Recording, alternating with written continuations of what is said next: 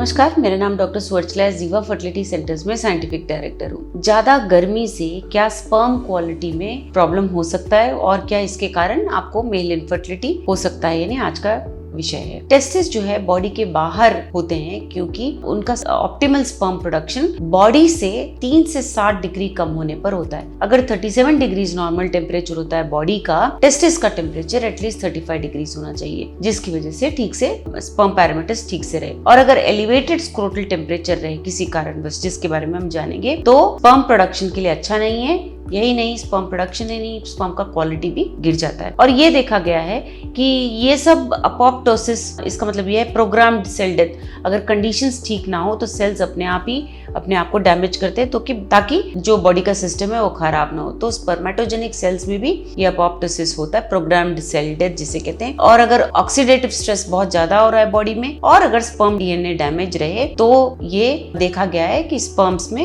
Problems हो सकते हैं। ज्यादा हीट को एक्सपोजर होने से खूब सारे एनिमल स्टडीज किए गए थे और देखा गया था कि स्पर्म पैरामीटर्स कम होते हैं। यही स्टडीज ह्यूमन स्टडीज में भी देखे गए और ये देखा गया क्लिनिकली या साइंटिफिकली कि ज्यादा हीट एक्सपोजर होने से अवश्य स्पर्म क्वालिटी में प्रॉब्लम हो सकता है। आपके बॉडी के टेम्परेचर में टेम्परेचर बढ़ता है तो स्क्रोटल टेम्परेचर कम बढ़ता है, क्योंकि वो बॉडी के बाहर होता है तो स्क्रोटम में ये टेम्परेचर कम बढ़ता है। और इस इफेक्टिव मैकेनिज्म की वजह से टेस्टिस में स्पर्म प्रोडक्शन ठीक होता रहता है। लेकिन अगर ओवर एक्सपोजर रहा तो प्रॉब्लम हो सकता है। ये एक्सपोजर कहाँ हो सकता है? वेट हीट यानी कि स्पा सौना में अगर आप बहुत ज्यादा टेम्परेचर को एक्सपोज हो रहे हैं तो भी स्पर्म प्रोडक्शन में प्रॉब्लम हो सकता है। यही नहीं, अगर आप रोज नहाने के लिए भी बहुत ज्यादा गर्म पानी यूज करते तो भी ये प्रॉब्लम हो सकता है। ये कैसे पता लगाया गया? 2007 में एक बहुत अच्छा स्टडी आया था जहाँ पे टेम्परेचर को जब बढ़ाया गया बॉडी टेम्परेचर से भी ज्यादा, 3 महीने तक इसे ट्रैक किया गया। 30 मिनट रोज पर वीक 3 महीने तक ट्रैक किया गया और देखा गया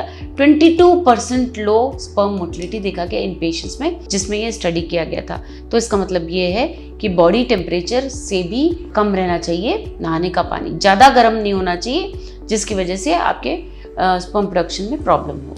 दूसरा प्रॉब्लम है लैपटॉप का यूज। ये जो लैपटॉप से हीट जनरेट होता है, स्पेशली जब लैब पे पैर पे करके किया जाता है तो भी प्रॉब्लम हो सकता है। स्टडीज ने ये भी कंफर्म किया है कि डिक्रीज स्पेसिमेन एनालिसिस के पैरामीटर्स होते हैं जब ये यूज किया जाता है, लैपटॉप्स यूज किया जाता है। आजकल के बहुत जॉब्स में ये भी प्रॉब्लम है कि बहुत ज्यादा देर बैठना पड़ता है। जितना देर बैठा जाता है एक कंप्यूटर के सामने या कैब में या बहुत ज्यादा लॉन्ग डिस्टेंस ट्रैवल करने के लिए, स्क्रोटल टेम्परेचर इंक्रीज होता है। और ये देखा गया है कि ज्यादा बैठने से भी हीट की वजह से स्पर्म क्वालिटी कम हो सकता है। तो इसलिए अक्सर खड़े होना, वॉकिंग करना ये भी बहुत अच्छा होता है। ऑक्यूपेशनल ड्राइवर्स में भी ये देखा गया है कि बहुत दूर तक जब वो गाड़ी बहुत लंबे वक्त तक चलाते हैं तो भी स्क्रोटल टेम्परेचर इंक्रीज होने की वजह से लोअर सीमेन पैरामीटर्स होते हैं। सो लूज कपड़े पहनना बहुत महत्वपूर्ण रोल प्ले करता है यहाँ पे। जब बहुत ज़्यादा टाइम आप बैठते हैं, बहुत ज़्यादा वक्त आप ट्रैवलिंग में गुजारते हैं तो कपड़े थोड़ा सा लूज पहनिए जिसकी वजह से स्क्रोटल टेम्परेचर कम रहे।